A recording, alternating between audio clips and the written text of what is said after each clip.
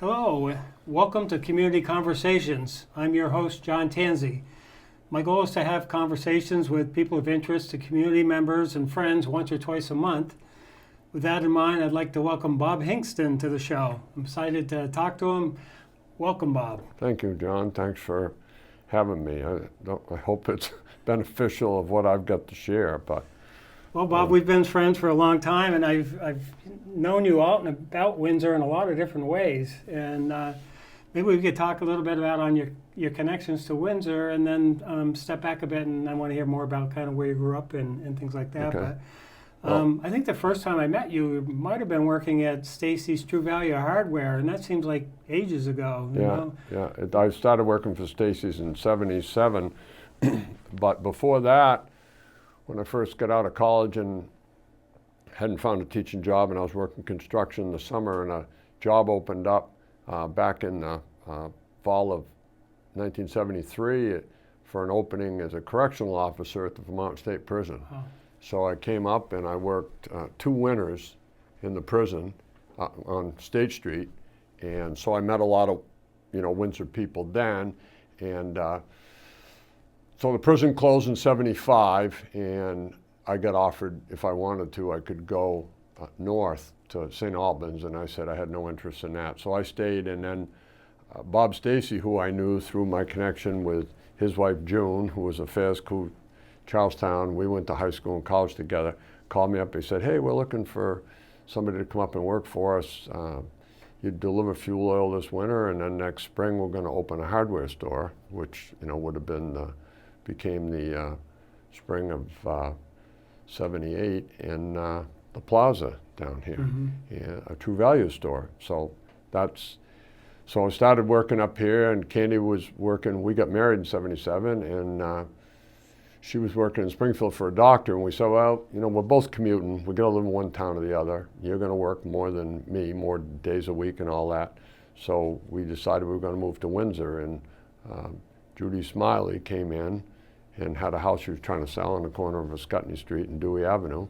And we bought that. We lived there for 20 years, and then we were vagabonds for 16 months while we built this place up in the Carter Gilman development, and so, yeah, that was my start in Windsor. So I'm working with Stacy's, and then they were getting ready to move this store, and I'd always had a hankering. I wanted to do something on my own, so I got involved in the sporting goods business and had a little shop here on the corner of Main and State Street, and rented that, which is now Tammy's Headlines. Yeah, that's right. And had that, and called on schools and everything, and so. As I recall, that was, as somebody that played sports at the time, a nice place to go and get equipment and shoes and so forth, but also it's a good place to catch up on what's going on in town. Yep. Well, I got involved in coaching. One of the beauties of I was coaching junior high basketball for Harry Ledoux. I was his first junior high coach when he took over in 82-83 season. And it was hard working at Stacy's too, the hours. Coaching didn't get out until 5:30 in the afternoon, and trying to get the kids and everything. So that's when I got into the business for myself, I probably spent too much time coaching and doing that type of stuff than I should have, but it's what I really love, what I went to school for. Went to Springfield College, be PE major and coach and whatnot, and I just loved working with the kids. So then I got doing that, and Kyle Cancredi got me involved in football, and I was coaching junior high football and then helping them with varsity. I was going scouting games or helping them in practices and stuff, and that's what I really love to do. And so I sold sporting goods until I heard John Barth was going to get done being the AD, and they were looking to hire somebody more full-time and doing some other duties at the school. So a couple of my friends said, hey, Bob, that's right up your alley. That's what you ought to do. And blah, blah, blah. So applied and got it, and it was, the best, you shouldn't say best years of my life, because I should have died when that ended. But no, it was great years. I loved working with the kids and sports and coaches, and it was just what I was really meant to be, I think.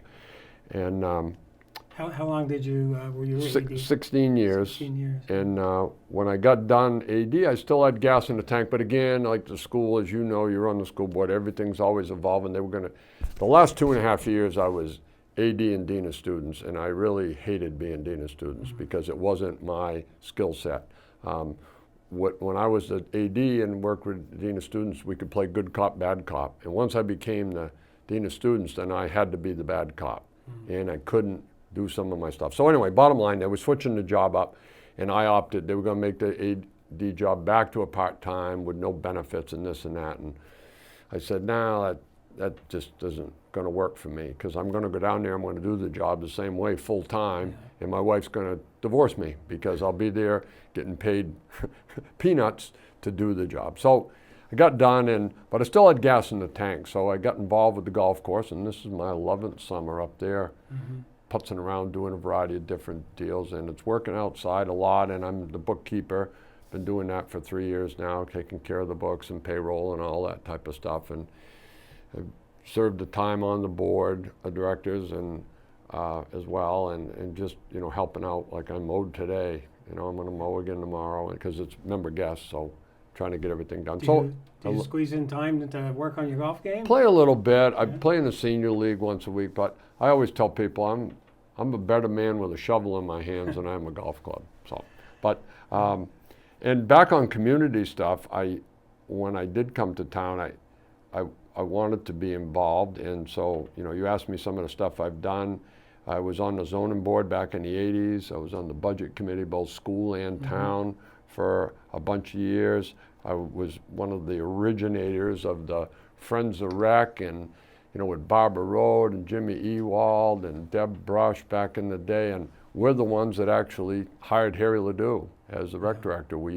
Our goal, Tom Rode was with us, and our goal was to get a full-time rec director, and we did, and I think the rest is history. I mean, that's been one of the best things to me that's happened to this community. You saved the gym portion of what's now Saved the rec that, center. right. And that, as you know, was a bone of contention. There were some people that called us all kinds of names for wanting to save that, and I mean, I think there can't be a living soul that thinks that was a bad move, honestly. So anyway, that's one of my pride moments that we made, us collectively, not just me by any stretch.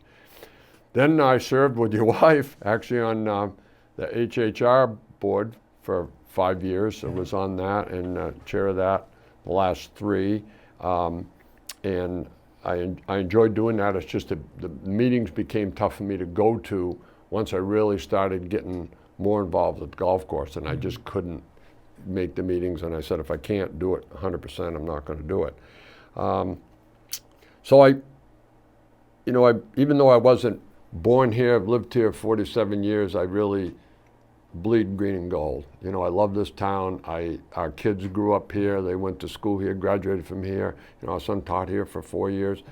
So I absolutely love Windsor, and anything I can do to help out. I've been involved with Old South Church too in a variety of capacities. I'm the head of the Prudential now, which kind of oversees the building and the finances and all that, but I was a deacon for a bunch of years. And so I've tried to help the community out in as many ways as I can. I think you're probably just still scratching the surface of all the things you've done. It's funny, when I thought about, talking with you today, that you said bleed green and gold, that's the thought exactly went through my mind. I can't think of anybody that probably would bleed green and gold more than you, whether or not they were born here.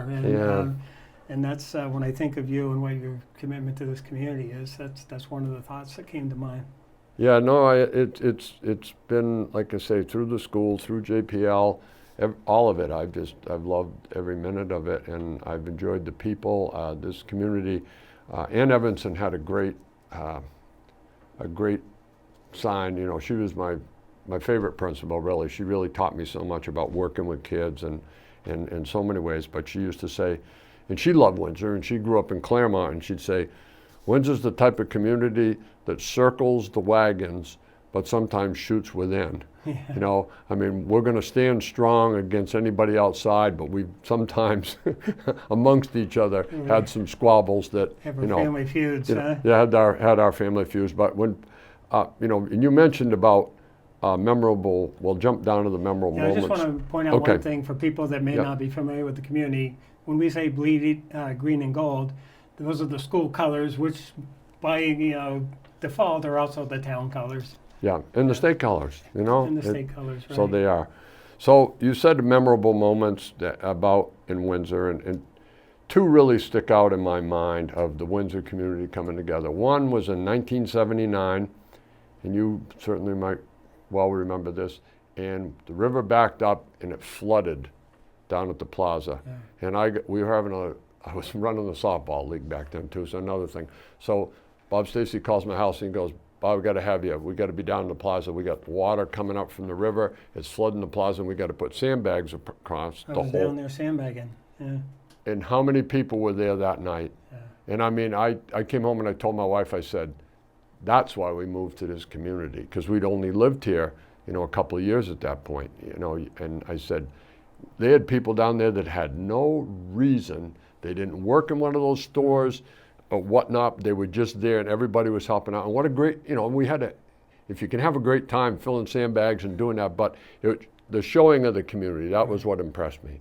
The other one was in Irene in 2011. Hurricane Irene, then tropical storm by the time Yeah, and the water, for you guys that aren't familiar, we had the water this far below the crossbar on the goalpost at the football field, which is 8 feet. That's how high the crossbar is. And we had 2 rowboats up in the bleachers at the football field the next morning when the water receded. And the number of people that stepped up to help me with the athletic department to get things done, we couldn't play any home games. We had to go on the road and play, but there were people that if I needed a scorekeeper or guys to do the chains for football, they traveled to the towns that we all played in and everything. And that was just another one of Windsor spirit, you know, that was heartwarming, you know.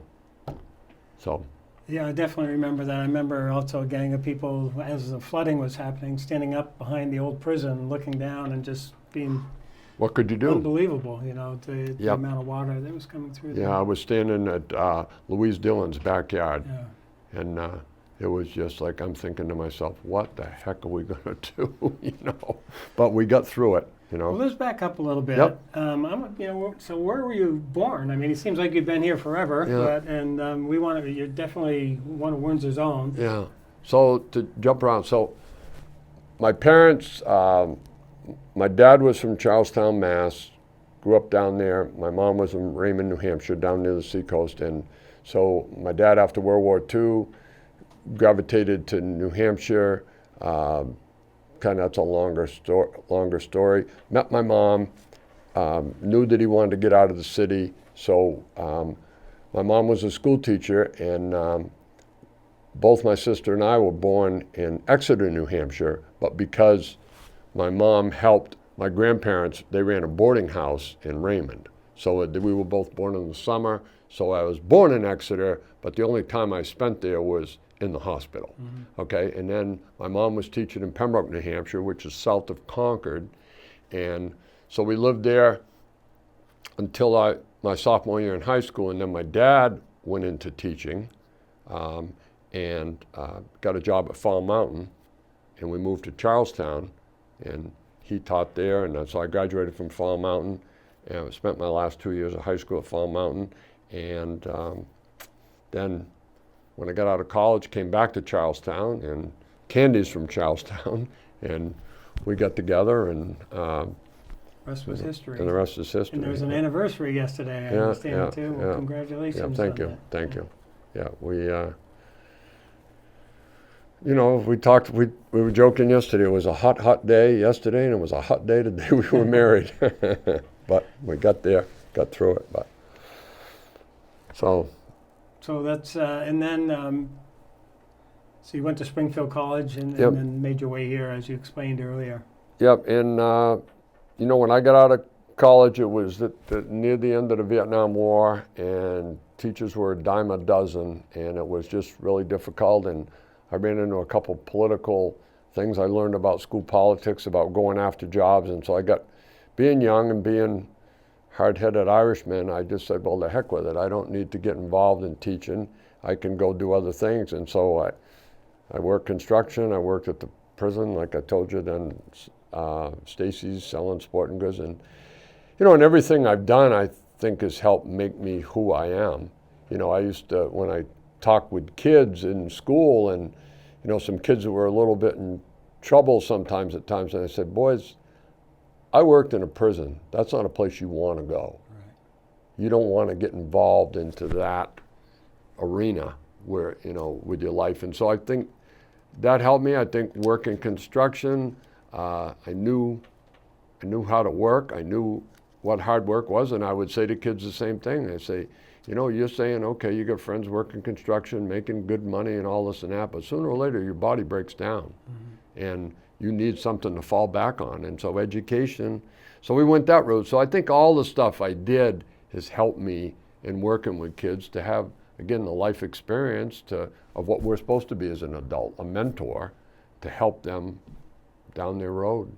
You've been a mentor, coach, role model for so many people in this community. Who were some of your mentors or role models as you grew up? I'm glad you asked me that question, because it forced me to look. Back in high school, Ralph Silva was our AD at Fall Mountain and our baseball coach, and he got me involved at the end of my freshman year in college. He said, hey, Bob, we need someone to run the Charlestown Junior Baseball League, and you're going to go into this business and you should run it. And I go, Coach, I'm just turned 19 years old. I'm going to be out telling all these men stuff. He goes, you know what you're doing, blah, blah, blah. I'll help you. And he was a busy guy. He had 4 children, and he was also coaching a team and working.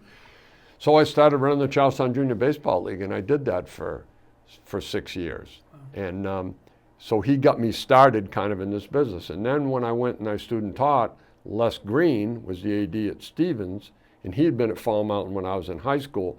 And so when I was up there student teaching, he goes, hey, your open period, you come in with me. And he sat down and he taught me how to do budgets. So when I took over as AD on my own, I already had that experience and that practical knowledge from him. And both of those guys I looked up to. They were Springfield College grads. They're the ones that talked me into go in there and whatnot.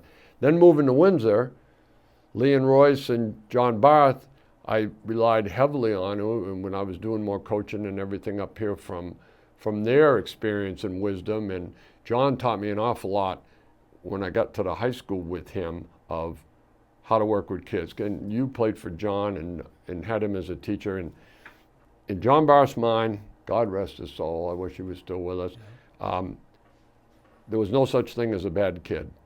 There were some kids that didn't make good decisions, but there was never a bad kid.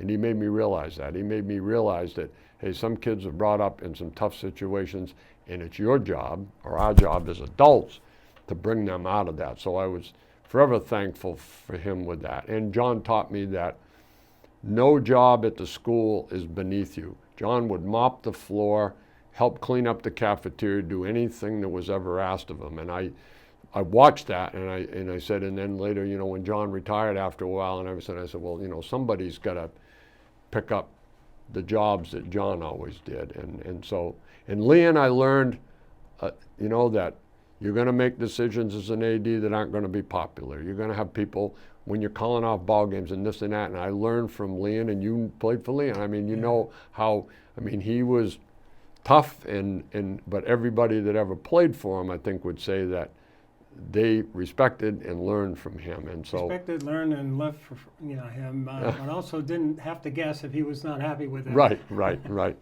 So, but he was an old, W2 Marine, and my dad was a WW2 guy, and so I've been exposed to that, and I knew they loved you, but they weren't going to spare any. It was tough love at times, but usually they were right there behind you. But those are people that all 4 of those people, and none of them are with us anymore. I wish they were to this day. But one of my pride things was Ralph and I got to coach baseball against each other. He was then had moved on to Stevens. He was coaching baseball at Stevens. I was coaching baseball here, and he beat us with a squeeze bunt in the 8th inning. And he just kind of smiled and was over, and he goes, "Didn't you think I might be doing that?" when he had a suicide squeeze. And I so much wanted to beat him, and I never beat him. I mean, his teams, he had good teams, really good teams back then, and we didn't have the best of teams. But it was pride of coaching against him, and I really enjoyed that. So those are guys that, and there's other people in the world that, my dad was a huge role model of how to treat people and so forth. But professionally or in work, those 4 gentlemen were. Yeah. It's nice that I know at least some of them. And I knew who Ralph Silva was, but I didn't get to know him in the way that you did or anything close to it. Yeah, Ralph was a good man. And his son Paul has taken on his mantle over there, and Stevens has done a lot of coaching and done well over there. So.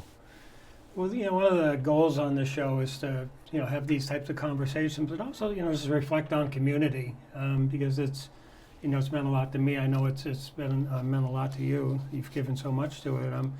So what does it mean to you, and why is it important, in general? Well, I think that in tough times, how we need support from people, and I think outside of your family, your community, and for me, my church family, Old South Church people are very, very close to me, have always been there. And I think that nobody gets down the road of life by themselves. We have people that have helped us in times of need, and hopefully we've passed that on and helped others. And so I'm a small town guy, and I've lived in small towns all my life, and I like the fact of being able to go downtown and people, and people say hi to you. And I used to tell my kids, there's no way you're going to pull something off in Windsor that I'm not going to hear about. Yeah. We joke because it's a small town, and that. I mean, you grew up here, and your kids grew up here. And well before the internet, had a better web of communications than anything they can put together today. Yeah, and you're related to half a town too, so it was doubly tough on you, Right. But no, it's just like one time, son back in high school had this junker vehicle, and it broke down, and he was walking along, and someone goes, "You're on Hingston, aren't you?" "Yeah."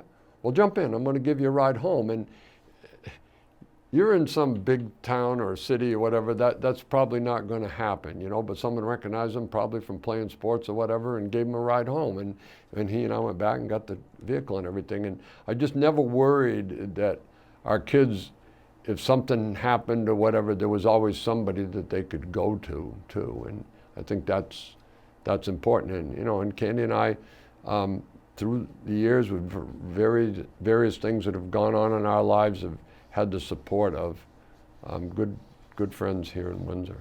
So when I was living overseas, when our two youngest children were still young, and we had to decide if we're going to continue to live overseas or come back to the U.S. And we decided to come back when they were about middle school age because, as with you, community was important, and I felt it really important. We were away for 5 years, that the kids knew where home was, what it meant to be part of a community, and I think Windsor does that.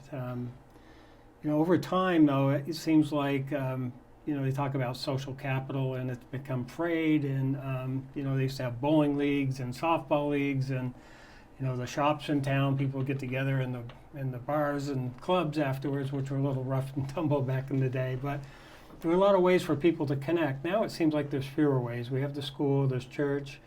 What are some things you think that help reinforce community here? Well, I think, like we mentioned, I think the rec department has done a lot with that by having the basketball, Saturday morning basketball. It's like a collection area where people get down and they can interact and so forth. The Little League, Pee Wee soccer and field hockey and flag football they have now, it gets people together. But I'm with you. I mean, remember at one time we had 8 to 10 men's softball Yeah, teams that's incredible. in the community, and that's not there. And there was a pretty active, with Dick's Lanes bowling. You're right. Yeah. 4 nights a week of leagues and stuff. But the golf course is pretty active and has a bunch of events. And I think not being in the younger set anymore, I really don't know what they've got going. But I think the rec program has certainly helped. Like, we follow our grandkids going to watch them play, and that kind of gets us out to circulate a little bit. But I agree with you. And so many people work out of town now. Yeah. And two, both parents working, if there are two parents, and then the library also is another one that does a lot of programming. A good point. And so times have definitely changed, and I'm saddened now that Rite Aid's closing. Yeah. So we used to be able to get so many more items right in town, and it forced you to be downtown shopping and running into people and stuff, and there's not as much of that. We've become more of a bedroom community, but I guess that's life, isn't it, to change? Well, they're working on, we're down at the Windsor On Air studio near the Windsor station, but out behind there, some, I guess, pickleball courts and other types of outdoor activities. Hopefully people will come and mix, and then there's the new apartment building in the middle of town. So hopefully, again, there'll be more mixing of people downtown. Yeah, I think a real key piece is who we get as the next town manager. I think Tom Marsh has done a really good job of managing the community, understanding what the community is, and I think it's real important that next hire be a person that has some vision and can hold us, together. Yeah, absolutely. If you look back over, say 20 years ago or even 15 years ago, it was kind of where the town was in terms of struggles and so forth. We're in a much better position now, and Tom's really done a lot of that to bring that forward. Yeah. Certainly town government is working really well. Yeah, I think, again, sometimes we can be overcritical of some of our shortcomings, but we really have a lot going for us. And one that really jumped out at me was when we were looking to hire the rec director. We had a fellow come down here that I had connected with, that he had used to be the rec director in Woodstock, and he had moved to Essex. And so he came down and he drove around the whole community. And so when we met up in the old firehouse to meet with him, and he said, you guys, this place is just amazing, all the resources you have. And he named Paradise Park, the pond, the fairgrounds, so forth, the river. He said, you've got so many things here to attract somebody to want to be the rec director. It made me realize, and then, the mountain, the ski area was still going at that time strong. And of course, AO has really rejuvenated that. So you realize all that we really have available to us in this community, and it's pretty special, really. And the proximity to the Upper Valley. And absolutely. Dartmouth and, the Dartmouth facilities, either academic or athletic up there, you're right. We're in a really good place to live. We really are. So. Well, it's amazing how quickly time flies. We're coming up on a half hour. So I'm going to have to ask, I'd love to sit here and talk all day, and maybe we can have you back again. But closing remarks. Do you have any words of wisdom you want to leave the viewing audience with? I guess my whole philosophy of life has always been that I hoped I left the world a better place than I found it. And I hoped that I could make an impression enough on somebody or other that they would carry on something they learned from me and take it forward, So be kind to each other. Yeah. Doesn't cost anything, does it? No, my dad used to say that all the time. Being nice to somebody doesn't cost you a thing, and doesn't it make you feel better when you do it? And he was right then, and I think he's still right now. So. Well, Bob, you've been very successful at that, but we're not done with you yet, so we still have more for you to contribute to the community. Thank you. But thank you for coming on the show. It's a pleasure. My pleasure. And wish you well. All right. Thank you, John. Appreciate it. Appreciate you home.